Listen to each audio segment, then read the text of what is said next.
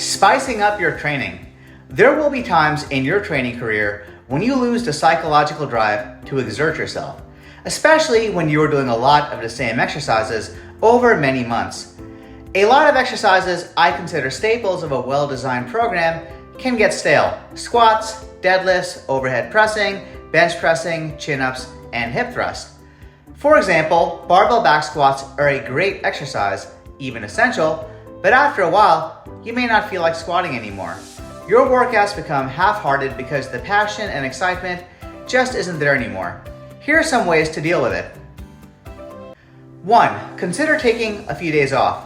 That's right, if you're the type of person who will push until it's no longer productive and burn out, this may be the best move. It's not just your body that needs to recover, your mind does too. 2. Deload. Try going through the motions with less load, something that feels manageable and is unlikely to hurt you if you're not able to fully apply yourself or be completely present on any particular day. This will allow for physical recovery, make you dread the exercise less, and keeps the movement pattern fresh. Big compound movements, particularly squats, are acquired skills that need to be maintained through practice. It's not a good idea to omit them altogether, but deloading may help. 3. Focus on technique rather than load or volume. If all you focus on is how much weight you are using and how much you can do per session, you will get frustrated. When you are stagnating, it helps to slow things down, use a lighter weight, and hone in on technique. You may find that you have nagging form errors that are stalling your progress. Now you have something interesting to work on and address, and you'll be better off having taken the time to address it. 4. Consider using a different variation of the same movement.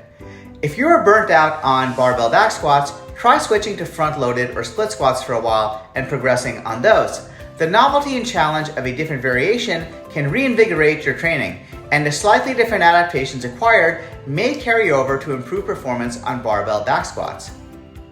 5. Vary your conditioning and isolation exercises. Depending on your goals, bodybuilding may not be your main priority. If that's the case, feel free to mess around with different techniques and training implements to make your isolation exercises more interesting. While you'll lose some of the benefits in picking 1 or 2 exercises that work well for you and sticking with those, if you're in no rush, that may be fine. There are also a myriad of options available for conditioning, including rowers, assault bikes, ropes, sleds, and medicine ball slams. However, choose your conditioning modality carefully so it doesn't interfere with your strength training. If your legs are toast, use battle ropes. If your arms are toast, use a bike. However, remember that more high-impact conditioning modalities like box jumps and sprints are more likely to interfere with strength acquisition. That doesn't mean don't do them, it just means recognizing that there are trade-offs.